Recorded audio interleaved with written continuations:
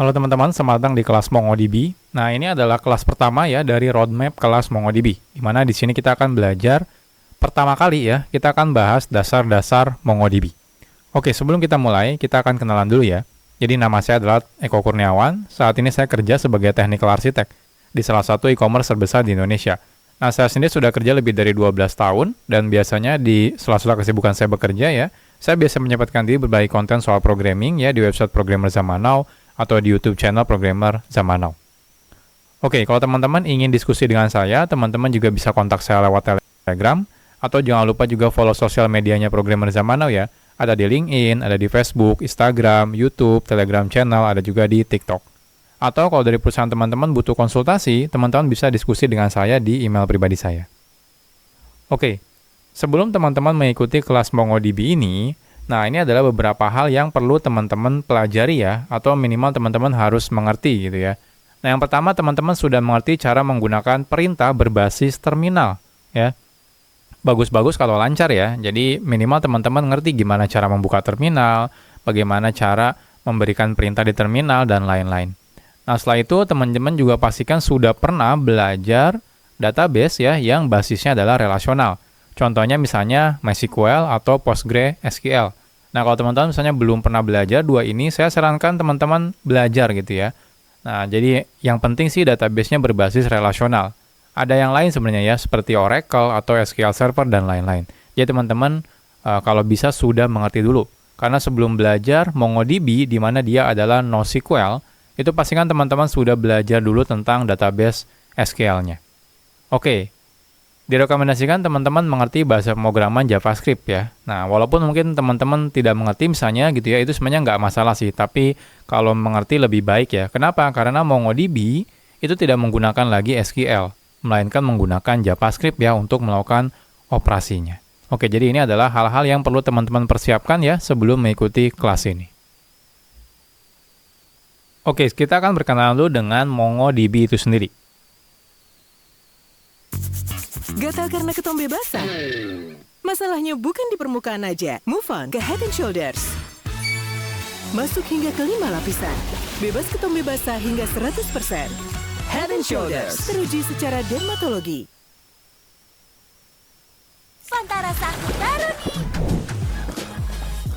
Bikin ngemil makin gokil. Oke, jadi MongoDB itu merupakan free dan open source database management system. Jadi teman-teman tidak perlu khawatir ya ketika menggunakan MongoDB. Jadi sama seperti MySQL atau juga Postgre gitu ya. Dia free dan juga open source. Jadi kita bisa gunakan secara bebas. Nah, MongoDB itu merupakan database management system yang basisnya adalah dokumen. Jadi sebenarnya database management system itu banyak jenisnya. Contohnya misalnya ada relasional ya, seperti MySQL, Postgre. Nah, ada juga yang basisnya adalah dokumen. Nah, salah satunya adalah yang terkenal atau populer itu adalah MongoDB. Nah, MongoDB sendiri itu dikembangkan oleh perusahaan pertama kali namanya adalah Tengen ya. Nah, tapi ini dikembangkannya tahun 2007. Nah, tapi dirilis ke publiknya sekitar tahun 2009. Nah, tapi saat ini perusahaan Tengen ini itu sudah berganti nama ya, menjadi MongoDB Ins ya. Jadi sudah berganti menjadi MongoDB. Dulunya adalah Tengen ini. Nah, MongoDB itu hampir mendukung semua bahasa pemrograman sebagai kliennya. Jadi tidak usah khawatir ya, walaupun MongoDB ketika kita belajar langsung gitu ya, itu menggunakan JavaScript. Tapi nanti kalau teman-teman misalnya belajar membuat aplikasi menggunakan Java atau PHP atau yang lainnya gitu ya, itu juga MongoDB mendukung klien untuk bahasa pemrograman lain. Jadi tidak usah khawatir. Nah, yang paling penting adalah MongoDB itu tidak menggunakan SQL ya. Jadi ketika teman-teman melakukan insert, update, delete, perintahnya itu tidak menggunakan SQL. Nah, jadi kalau teman-teman langsung ya menggunakan MongoDB kliennya misalnya, teman-teman harus menggunakan ya JavaScript ya sebagai bahasa utama untuk memanipulasi data ke database si MongoDB-nya. Nah, karena MongoDB ini adalah open source, jadi teman-teman bisa lihat source code-nya itu ada di dalam sini ya. Di website ini adalah github.com/mongodb/mongo. Jadi ini adalah source code dari si MongoDB. Jadi ini adalah open source, jadi kalau teman-teman mau kontribusi juga teman-teman bisa ya. Nah, di sini. Nah, ini kita bisa lihat language-nya, bahasa pemrograman yang kebanyakan digunakan yaitu adalah C++. Jadi MongoDB kebanyakan dibuat menggunakan bahasa pemrograman C++. Oke, sekarang pertanyaannya kenapa ya kita harus belajar MongoDB? Nah, kalau teman-teman coba buka website yang namanya dbengines.com, itu dia punya istilahnya tuh ranking ya, database mana yang paling populer. Nah, ada banyak jenis database. Salah satunya adalah document store ya. Jadi di sini adalah document store database. Nah, kalau kita perhatikan ya di halaman ini, nah ini dari 10 teratas, itu yang paling tinggi itu adalah MongoDB ya. Jadi MongoDB adalah salah satu database yang berbasis dokumen itu yang paling populer ya. Nah, jadi ini paling populer dan kalau teman-teman perhatikan itu jauh banget ya. Nah, popularitasnya gitu ya. Nah, lihat dari nomor 1 dengan yang ke nomor 2 gitu ya.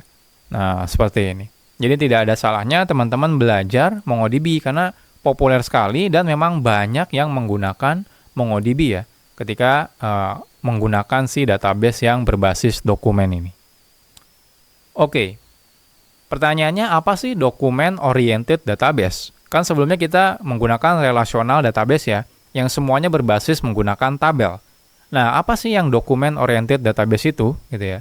Nah, document oriented database itu merupakan sistem database yang digunakan untuk memanipulasi data, tapi bentuknya adalah dokumen. Nah, bedanya dengan tabel, kalau tabel itu adalah jelas datanya gitu ya. Jadi kita sudah tahu, oke ada kolom ini, ada tipe kolomnya ini. Nah, kalau dokumen, itu istilahnya itu adalah semi-structured data. Jadi datanya itu tidak jelas. Maksudnya tidak jelas itu kadang-kadang bisa berubah. Dan formatnya tidak baku gitu ya. Nah, selain itu, bentuknya, kalau dokumen ya, sebenarnya banyak ya bentuk dokumen itu, tapi rata-rata, contohnya kalau di MongoDB, dia menggunakan bentuk datanya itu adalah JSON. Ya. Makanya teman-teman kalau familiar dengan JavaScript mungkin tahu ya JSON itu apa. Nah, jadi format datanya seperti JavaScript object. Ya. Nah, jadi bukan lagi dalam bentuk tabel, gitu ya, tapi dia dalam bentuk si JavaScript object. Nah, beberapa database yang lain mungkin ada yang mendukung XML ya, tapi saat ini yang MongoDB dukung itu bentuknya adalah JSON ya atau JavaScript Object Notation. Nah, document oriented database itu biasanya bertolak belakang dengan relational database. Nah, contohnya kalau relational database biasanya kita menyimpan data dalam bentuk tabel ya, lalu nyimpan relasinya dalam tabel lain. Lalu kita bikin relasi menggunakan foreign key misalnya, seperti itu. Nah, kalau di document oriented database, itu tidak ada yang namanya foreign key, gitu ya, relasi dan lain-lain. Nah, jadi biasanya saat kita menyimpan data di dalam si document oriented database, dia akan disimpan dalam bentuk JSON, ya, atau mungkin database lain Mongo ini ya, yang bukan Mongo misalnya XML, gitu ya.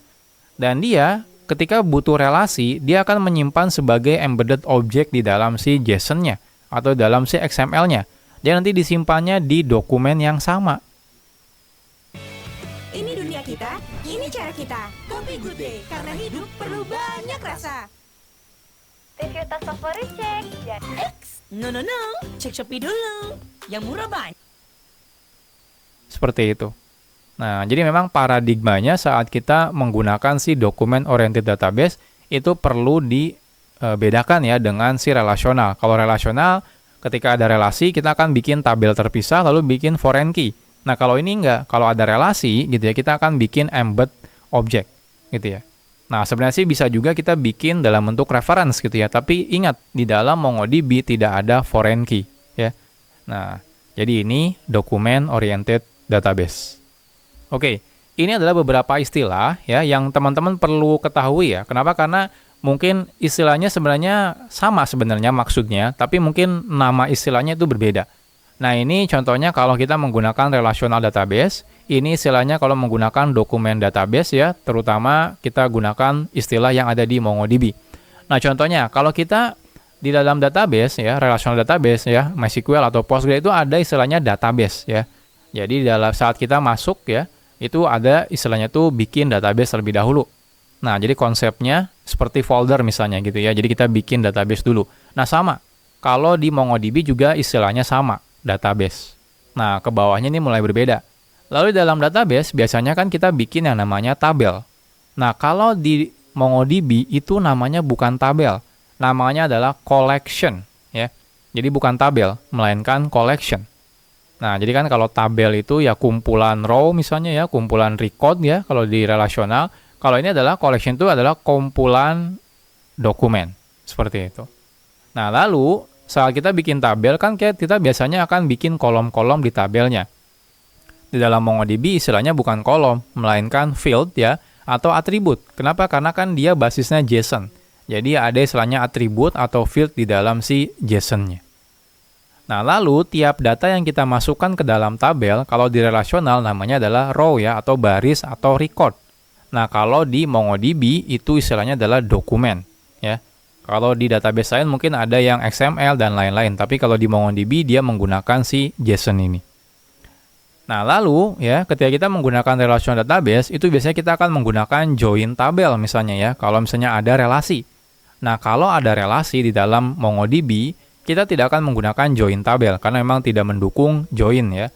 Tapi menggunakan embedded dokumen ya, dimasukkan ke dalam dokumen yang sama, atau kita juga bisa menggunakan reference ke dokumen yang lainnya. Ya. Nah, lalu kalau kita menggunakan relational database, itu kita akan menggunakan SQL ya sebagai bahasanya untuk memanipulasi datanya. Nah, kalau di MongoDB itu menggunakan JavaScript ya. Nah, jadi seperti ini beberapa perbedaan istilah ya kalau kita menggunakan si MongoDB. Jadi teman-teman harus mulai terbiasa ya. Jadi kalau saya bilang ini adalah sebuah collection, itu adalah tabel ya. Kalau kita masukkan dokumen, berarti kita memasukkan record atau baris baru, seperti itu.